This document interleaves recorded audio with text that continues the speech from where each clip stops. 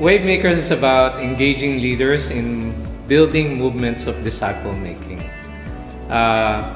It was founded in 2007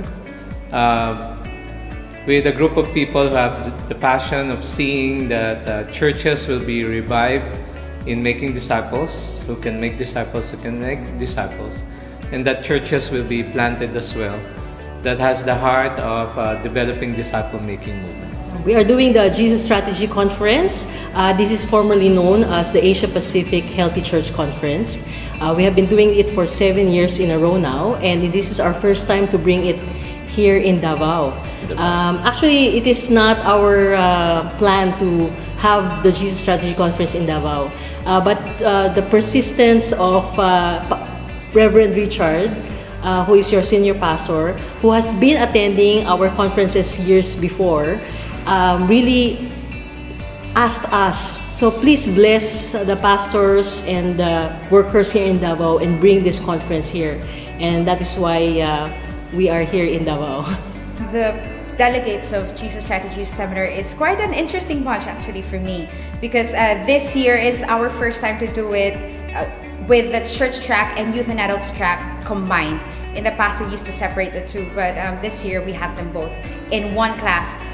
So what's interesting about that, I think the interaction between the younger generation of leaders and the older generation of leaders, and it's just fascinating to have people ask deep and relevant questions about the life of Jesus Christ and how these things are going to be applied in their own ministerial context. After attending Jesus Strategy Seminar, now they go to this workshop called Balance, and they will realize that their ministry is not that balanced at all.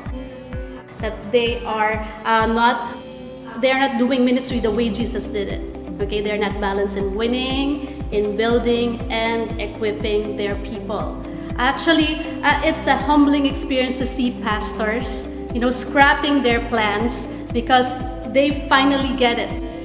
They finally know that the first step towards an effective disciple making is to first admit that they're not doing it the Jesus way, and second, that they need to get their teams to get on the same boat of disciple making and make things happen.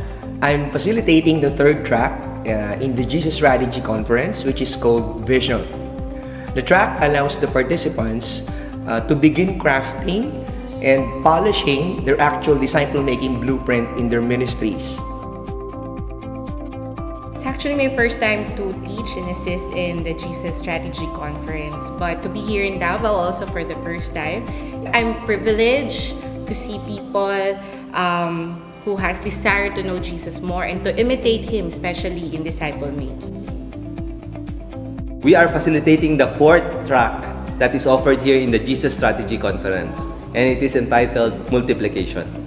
The batch that we are working with in our multiplication class right now, they are quite an interesting batch because most of them are senior pastors. They are leading their own ministries.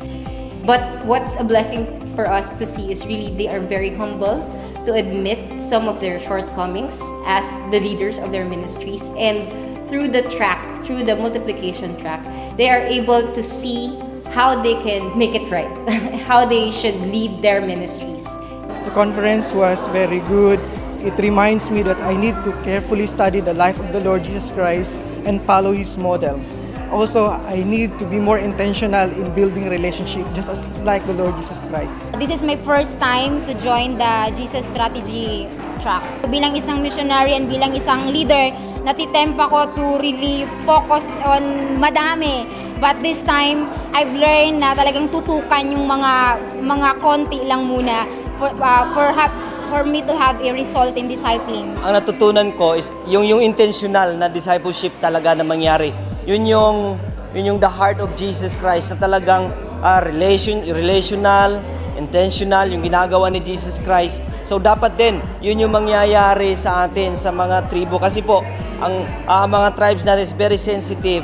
Kinakailangan silang puntahan, i-visit. Nakikita ko ngayon in a bigger scenario na from the movement building to the balance programming up to this vision, talagang naka-weave siya eh. It's just so amazing that all the things that we are learning this time are actually based on the principle, how Jesus did the ministry. Ang hirap gawin, pero simple lang pala ang paraan ng Panginoon. We just have to know who Jesus is. I'd like to invite pastors, I'd like to invite churches, but primarily, hindi lang pastor, hindi lang mga members, key people, leadership. The Jesus strategy is getting to know Jesus in the application of disciple making.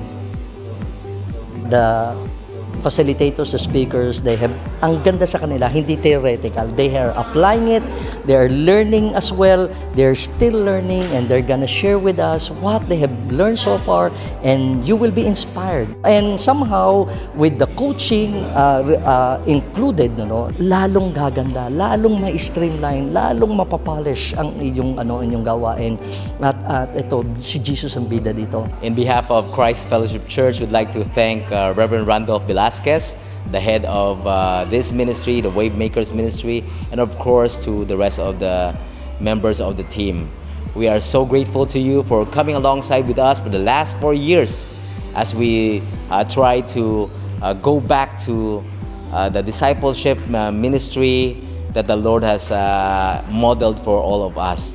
Now, our goal is that one day we will also be able to do the same thing to other churches in the vicinity, that we can also help them as they seek to imitate the Lord Jesus Christ and how He did this disciple-making ministry. Thank you so much. In behalf of Wave Makers, Daghang salamat! See you next year!